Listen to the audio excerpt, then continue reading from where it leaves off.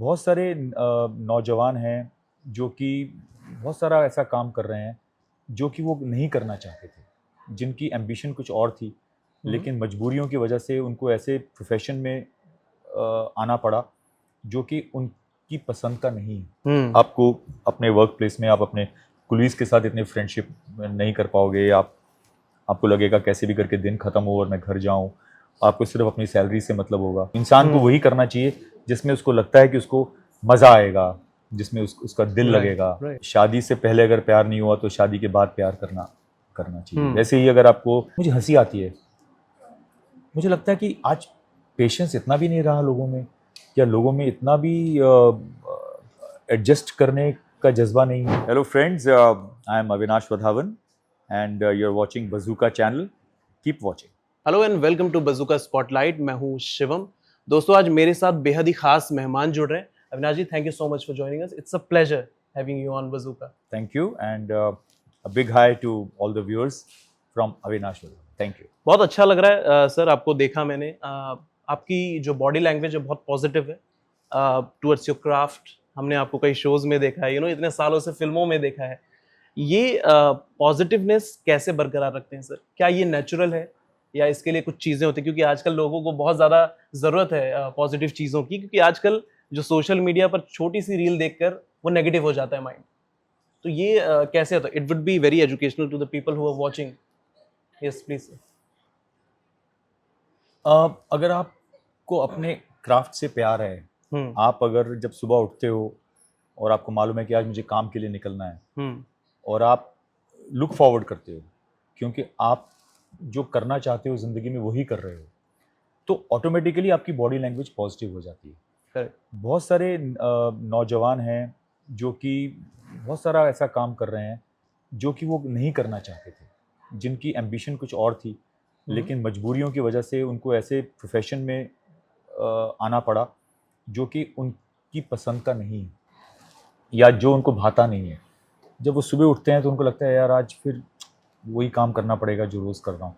तो जब आपको ऐसा लगता है ना कि आप काम करने के एंजॉय नहीं कर रहे, हाँ, तो वहाँ पे आपकी लैंग्वेज, आपकी बॉडी लैंग्वेज जो है वो ऑटोमेटिकली नेगेटिव हो जाएगी। आपको अपने वर्क प्लेस में आप अपने कुलीग्स के साथ इतनी फ्रेंडशिप नहीं कर पाओगे। आपको लगेगा कैसे भी करके दिन खत्म हो और मैं घर जाऊँ। आपको सिर्फ अपनी सैलरी से मतलब होगा। तो वो एक मुझे लगता है कि इंसान को थोड़ा सा लाइफ में थोड़ी सी नेगेटिविटी लाता है, तो वो नहीं होना चाहिए। जहाँ तक मुझे लगा, इंसान को वही करना चाहिए जिसमें उसको लगता है कि उसको मज़ा आएगा, जिसमें उसका दिल लगेगा। तो that is, I feel, is very. लेकिन सर स्टिल अगर नेगेटिविटी आती है तो उसे कैसे मैनेज किया जाए? मुझे लगता है कि आप राइट पर्सन है इस चीज़ को आंसर करने के लिए। वो जो एक कहते हैं ना कि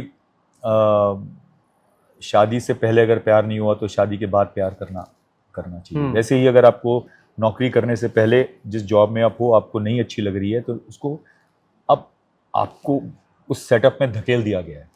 आपको डेस्टिनी कह लो या आपका मजबूरियां कह लो, या जो भी, अब आप इस सेटअप में हो। Correct. Try to love it, try to enjoy it, कि यही है मेरी नसीब में या यही है मेरे उसमें, तो let me look forward to it. और इसी को कितना से कितना मैं बेहतर बना सकता हूँ, उसके लिए आपके अंदर एक वो जज्बा होना चाहिए।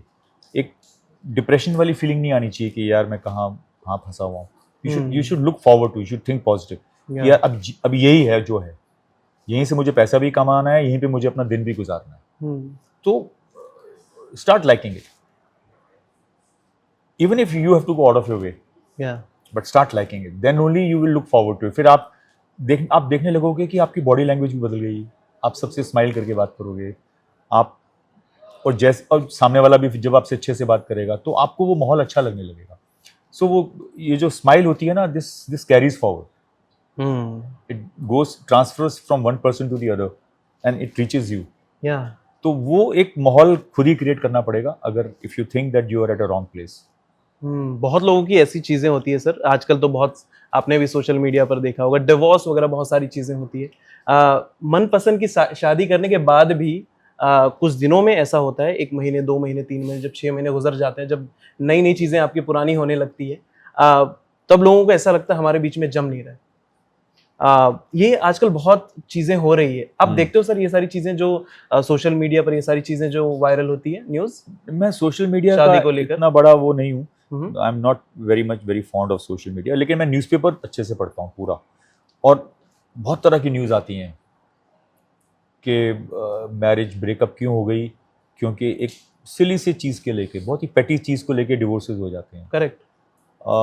जो मुझे हंसी आती है, मुझे लगता है कि आज पेशेंस इतना भी नहीं रहा लोगों में, या लोगों में इतना भी एडजस्ट करने का जज्बा नहीं है, बिल्कुल भी वो कॉम्प्रोमाइज़ नहीं करना चाहते हैं। See every relationship is compromise. Correct. आपको अपनी मदर के साथ अगर रहना है ज़िंदगी भर, तो you have to compromise with her also, because आपकी खुद की मदर की नेचर आपके साथ 100% मैच नहीं करेगी। नहीं कर सकती। आपको बहुत चीज़ें आपको ऐसी लगेंगी कि जो आपको अपनी मम्मी की पसंद नहीं है, हम्म, और मम्मी को भी लगेगा अपने बेटे की बहुत सारी चीज़ें उनको पसंद नहीं है, लेकिन वो अंदरूनी प्यार उनको अटैच करके रखता है। वही मैरिज में भी होना चाहिए कि आपको ये रियलाइज़ करना चाहिए कि भाई she is not me, I am not her, she has a different way of thinking and doing things. I have a different way of thinking and doing things. We may not match in our day-to-day routine or in our Ideology. way of looking at things, but we have to live with each other. तो वो we have to live with each other वाला thought आपके अंदर आना चाहिए।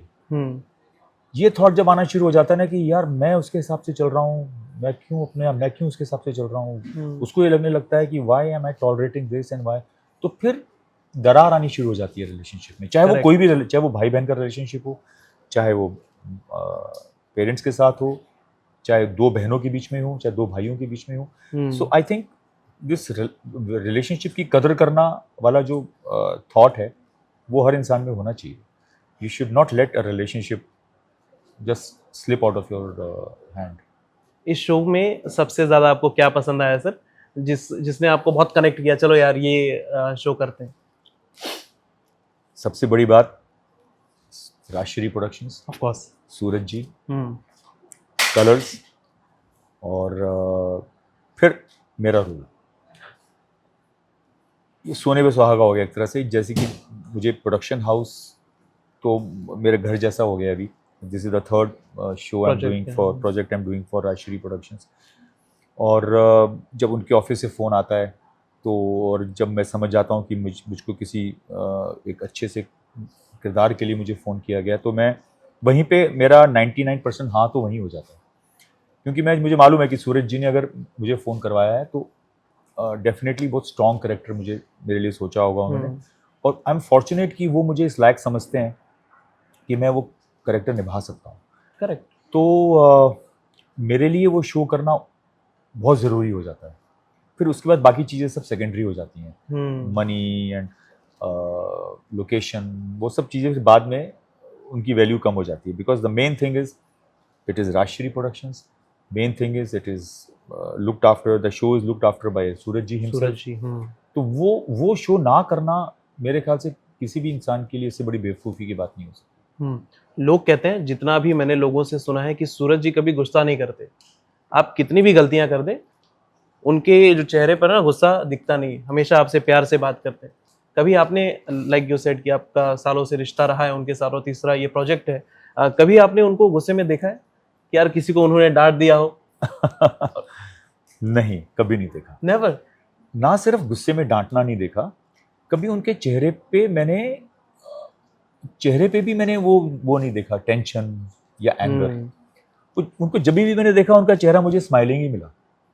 जब भी बात करता हूँ तो इतने अच्छे से स्माइल करके बात करते हैं, इतनी रिस्पेक्टफुली बात करते हैं, आपको वेट नहीं कराएंगे, आपको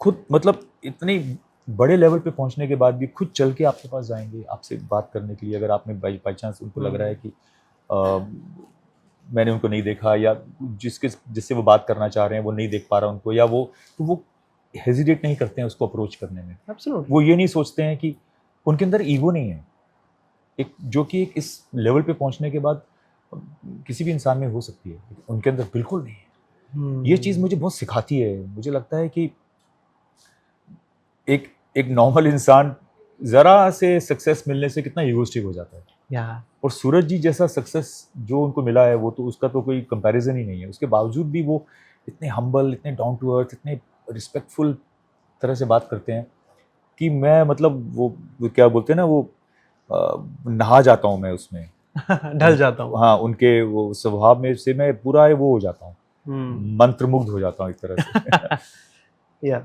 चलिए, thank you sir, all the very best for the show. हमारे पास ज़्यादा समय नहीं है, जितना भी समय हमें मिला हमने बहुत अच्छा गुजारा। Lastly any message to the fans, to the viewers, उन्हें ये शो क्यों देखना चाहिए, कोई एक रीज़न? ये शो आप पहले 2-3 एपिसोड देख लेंगे ना, उसके बाद आपको ये शो देखना ही पड़ेगा। आपको 10 बजे कलर्स के सामने आना ही पड़ेगा, आप देख लेना। और इसका एक छोटा सा मैसेज है शो के थ्रू कि आप मनपसंद की शादी, जैसा कि टाइटल से क्लियर हो रहा है कि जो भी लोग शादी की दहली की उम्र में पहुंच गए हैं और शादी करना चाहते हैं, वो प्लीज़ अपनी मनपसंद की लड़का या लड़की से शादी करें, परखें शादी से पहले, मिलें जुलें, आपस में एक दूसरे को समझने की कोशिश करें। उसके बाद अपने माता पिता को भी उनके दिल में ये थॉट होना चाहिए कि उन्हें भी वो स्पाउस पसंद आए उनका। ये नहीं कि उनकी मर्जी के खिलाफ शादी करना। उन्हें कन्विंस करें, उन्हें समझाएं अगर उनको लगता है कि उनके पेरेंट्स इस शादी के अगेंस्ट हैं। लेकिन सबसे ज़रूरी है, कुंडली मिलाने से ज़्यादा ज़रूरी है कि लड़का और लड़की के बीच में आपस में एक एक एक, एक लुक फॉरवर्ड होना चाहिए कि मैं अब शादी करना चाहता हूँ, इसके साथ मेरा मन है शादी करने। करेक्ट। वो बहुत ज़रूरी है। Thank you sir, it was lovely talking to you sir. Thank you, pleasure.